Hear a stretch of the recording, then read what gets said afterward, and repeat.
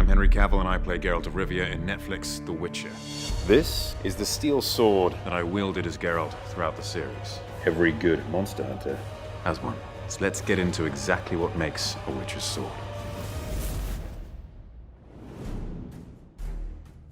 A Witcher's steel sword is intended to kill both men and monsters.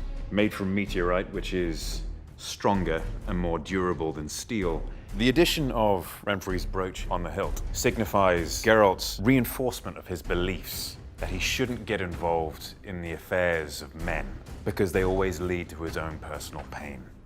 And Renfri's brooch, every time he draws his sword, reminds him that despite how he may be trying to achieve good, evil may be around the corner regardless. For monsters of a magical nature, that requires something a little more special.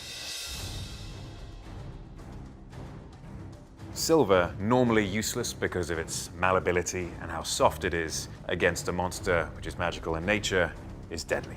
The majority of cases, this is what will be required. When it comes to a monster hunt or defeating a monster of a magical nature, it's always going to be a big process involved with finally getting to face this monster. And he keeps that silver sword on his faithful companion, Roach. And so every time it's needed, hopefully, everything is pre-planned. The swords themselves have no powers of their own. The true power of what a Witcher can do lies within his training. If you were to give this sword to an ordinary person, it is just a deadly and sharp weapon. But in the hands of a Witcher, it can change destiny. The design and the styling of the sword became very, very important to me after I'd wielded it for a couple of episodes. And due to the manner in which Geralt fights, the sword has to be available at any time, at any angle, and he must be able to flick it through his wrist.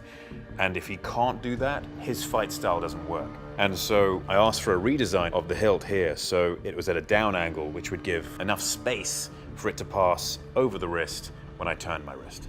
There were different versions of the swords made. There was a lightweight version, which we used for most combat. A lightweight version is safer, because if I were to put a foot wrong or a strike wrong, no one gets injured. It's more of a bruise rather than a broken limb or cut skin. When we involved anything close to the face, we had rubber swords. So you're not gonna hurt someone, you're not gonna mark their face and therefore give hair and makeup a nightmare to deal with for the next few months. The last kind we had were the cut down swords. The purpose of that is that in post, in CGI, we can cut people's limbs off using an action. So if I were to hold someone's hand here, draw the sword across and do that, their hand can still be there without me having to actually drag a piece of metal or even rubber over their exposed arm. And so instead we could just fix it in post, just have the sword come through, especially in long-lasting and very exciting fight scenes. You don't want to have to break that up. You don't want to change the motion of the body. You want to keep the body flowing through to its next movement as if it was actually happening. And so cut-down swords were incredibly useful for that. Thank you for allowing me to explain how a Witcher uses these certain tools of his trade. Be sure to check out The Witcher, now streaming on Netflix.